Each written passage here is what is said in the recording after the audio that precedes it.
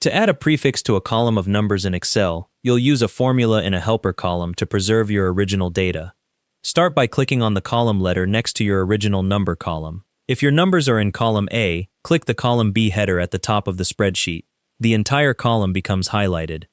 Click on the first cell in that helper column, right next to your first number. If your first number is in cell A2, click B2. The cell becomes active with a border around it. Type your formula. Equals sign, then your prefix in quotes, then the ampersand symbol, then the cell reference.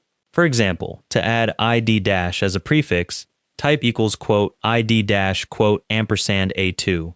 Include any spaces inside the quotes. If you type ID dash space, the result will be ID dash space 101 instead of ID dash 101.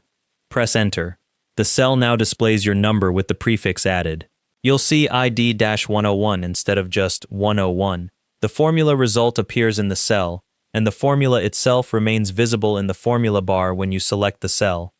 Click on the cell with your formula to select it again. Move your mouse cursor to the bottom right corner of that selected cell. You'll see a small square there, the fill handle. When you hover over it, your cursor changes to a small plus sign. Make sure you see that plus sign before you click. Click and hold the fill handle, then drag it down the column until you reach the last row with a number. Excel applies the formula to every cell, and the prefix appears on all your numbers. Here's the key point. You must use a helper column because entering a formula directly in your original column would delete the numbers.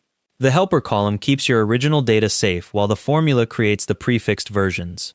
If you want to replace the original column with just the prefixed data, select your helper column by clicking the column letter, copy it with Ctrl+C, then right-click and choose Paste Values. This removes the formulas and keeps only the text. After that, you can delete the original number column by right-clicking its letter and choosing Delete. That's how you add a prefix to a column in Excel.